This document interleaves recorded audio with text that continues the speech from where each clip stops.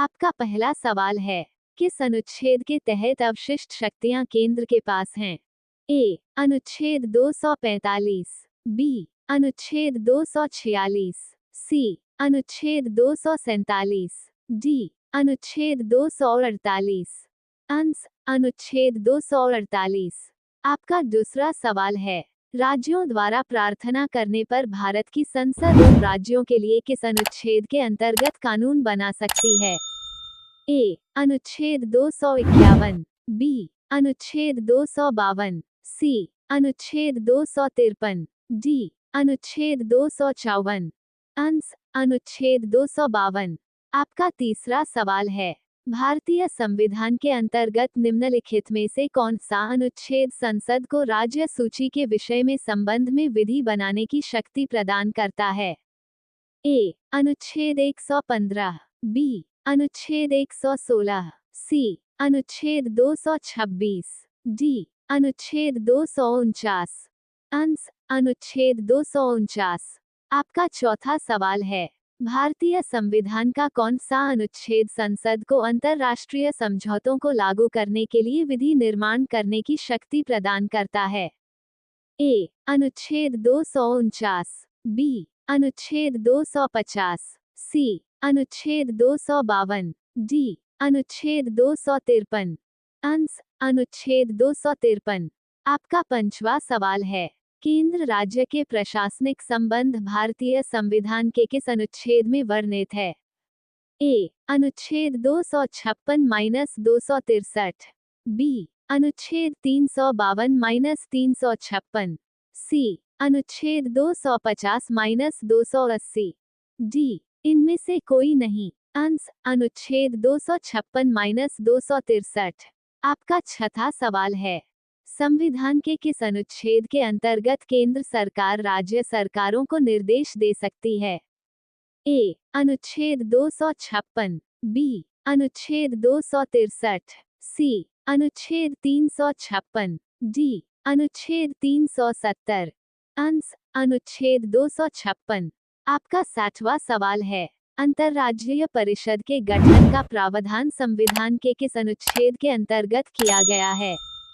ए. अनुच्छेद 293, बी. अनुच्छेद 280, सी. अनुच्छेद 263, डी. अनुच्छेद 249, अंश अनुच्छेद 263।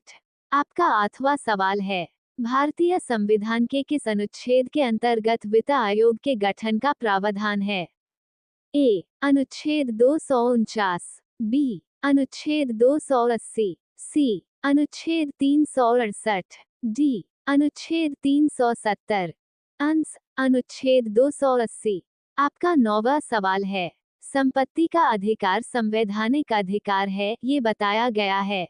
ए. अनुच्छेद 28, बी. अनुच्छेद 30, सी. अनुच्छेद 31 घ, डी. अनुच्छेद 300 क, अंश अनुच्छेद 300 क। आपका 10वां सवाल है, भारतीय संविधान के किस अनुच्छेद में नैसर्गिक न्याय के प्रसिद्ध सिद्धांत सुनवाई के अधिकार का समावेश किया गया है? ए. अनु 308, बी. अनु 309, सी. अनु 310, डी. अनु 311, अंश अनु 311। आपका 11वां सवाल है, भारतीय संविधान के किस अनुच्छेद नई अखिल भारतीय सेवा की स्थापना प्रावधान करता है?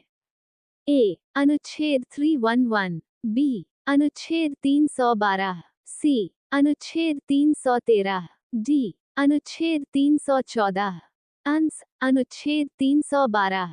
आपका 12वां सवाल है, संविधान के किस अनुच्छेद द्वारा लोक सेवाओं को संरक्षण प्रदान किया गया है?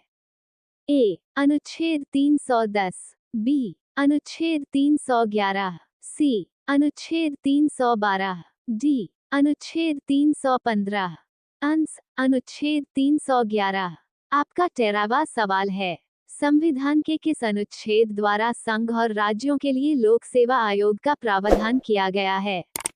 ए. अनुच्छेद 310, बी. अनुच्छेद 312, सी. अनुच्छेद 313, डी. अनुच्छेद 315, अंश अनुच्छेद 315। आपका 14वां सवाल है, संविधान का अनुच्छेद 312 संबंधित है।